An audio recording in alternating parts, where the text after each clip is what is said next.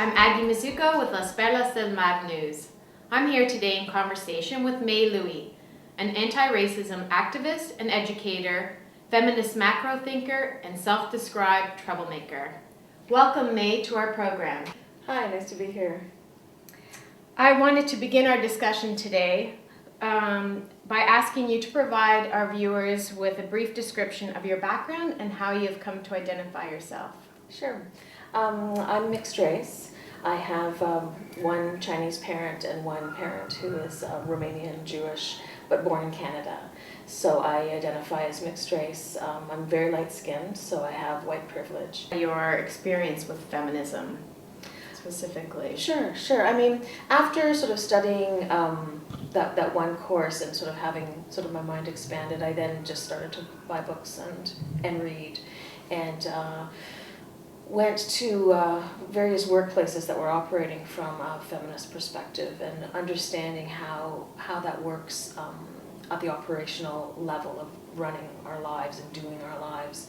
And that was very helpful. I worked at a group home for a while and then started working at the Toronto Women's Bookstore and seeing the values of feminism in a very broad way that's inclusive of voices of women of color and working class women and lesbian and bi and queer women, and what that means in terms of inclusion, in terms of voices. And it was very empowering to me to work and live in sort of these multiple communities in which we didn't always share everything about being equally oppressed in the same kinds of ways, but being able to come together and work and make something. And the Women's Bookstore, I was there for almost 10 years and really just greatly valued the community that was there when I arrived and sort of where myself and the other staff and the other manager took the store and its politics. So that's my engagement with feminism has been very much on the ground, even though I am, like I said, a very head person. Continue to read.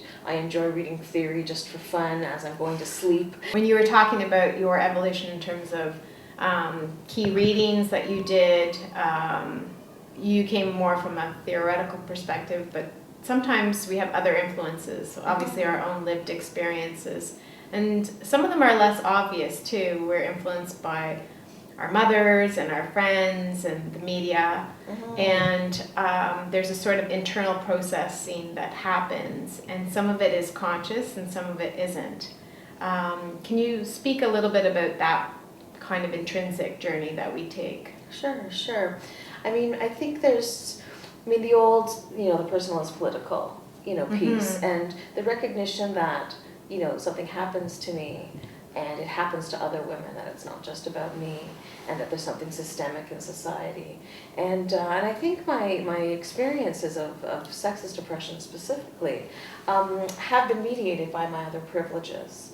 So the examples that I'm going to give are very middle class in terms of being served in a store, for example. So there's one hardware store on College Street that if there's other people in the store will definitely ignore me. And even if I'm the only person, they will completely ignore me, even if I go right up to the desk and stand there because I need a key cut or something. And it was the one in my neighborhood, and I went to it all the time because it was the closest.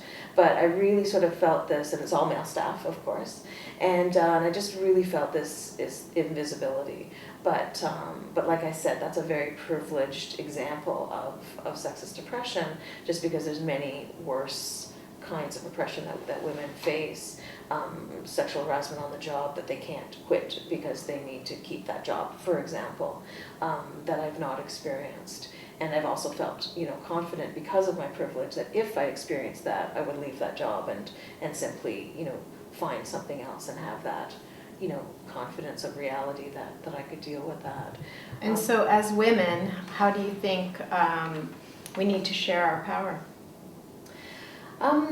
I think there's different ways that we can do that. I think being mentors to either younger women or women with less experience, or having going to workshops, holding different sort of community education forums.